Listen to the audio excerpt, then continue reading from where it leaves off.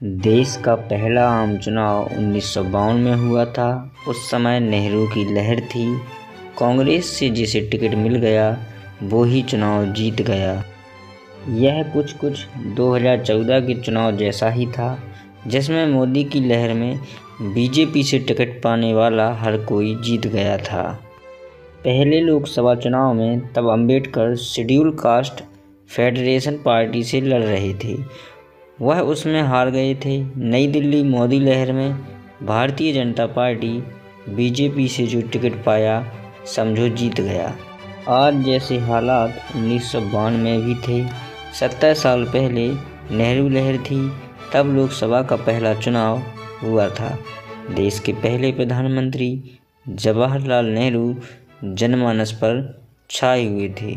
उस समय जो कोई भी कांग्रेस से चुनाव लड़ा वह जीत गया। इस चुनाव में डॉक्टर अंबेडकर भी खड़े हुए थे। आज़ादी के संघर्ष में अंबेडकर सबसे प्रमुख शख्सियतों में से एक थे। 14 अप्रैल 1891 को दलित परिवार में जन्मे अंबेडकर देश में उनके जैसा पढ़ा लिखा उस समय शायद ही कोई था। इकोनॉमिक्स से 2 डॉक्टरेट की डिग्रियां, एक अमेरिका की कोलंबिया यूनिवर्सिटी से, दूसरी लंदन स्कूल ऑफ इकोनॉमिक्स से। उस समय वह इंग्लैंड में रहने वाले सबसे ज़्यादा एकेडमिकली क्वालिफाइड भारतीय थे। अंबेडकर की योग्यता को देखते हुए उन्हें ड्राफ्टिंग कमेटी का चेयरमैन बनाया गया था। उन्होंने देश के संविधान को मूर्त रूप दिया। बीजेपी का दावा है कि नेहरू ने अंबेडकर को साइड साइन किया। वह मेनस्ट्रीम पॉलिटिक्स में न आ सकें, इसके लिए दीवारें खड़ी कर दीं। अंबेडकर का रास्ता रोकने के लिए नेहरू ने उनके पर्सनल असिस्टेंट नारायण काजोलकर को मैदान में खड़ा किया। उनकी हार सुनिश्चित करने के लिए खुद नेहरू ने कैंपेनिंग भी की। 1954 में भी नेहरू ने ही दूसरी बार पक्का किया कि वह भंडारा से उपचुनाव में न जीतने पाएं। डॉक्टर अंबेडकर का 1956 में निधन हो गया था।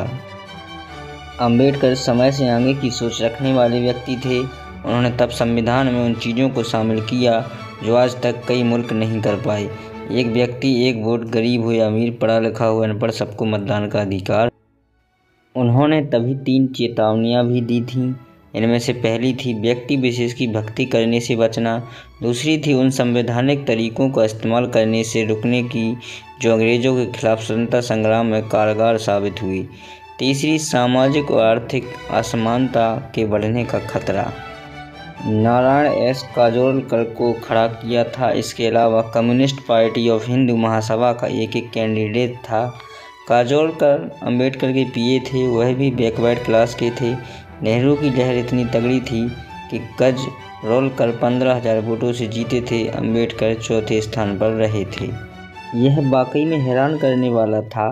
धरती के जिस लाल ने देश को संविधान दिया, जो उस समय सबसे ज़्यादा योग्य था, पढ़ा लिखा था, वह चुनाव नहीं जीत सका। 1954 में उपचुनाव में भंडारा सीट से दोबारा चुनाव नहीं जीत सके। दिसंबर 1956 में उनका निधन हो गया था। इस तरह वह 1957 में दूसरे लोकसभा चुनाव में हिस्सा नहीं ले सके।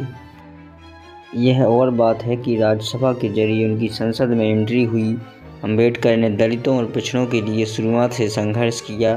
अंबेडकर उनकी आवाज़ और पहचान बने रहे।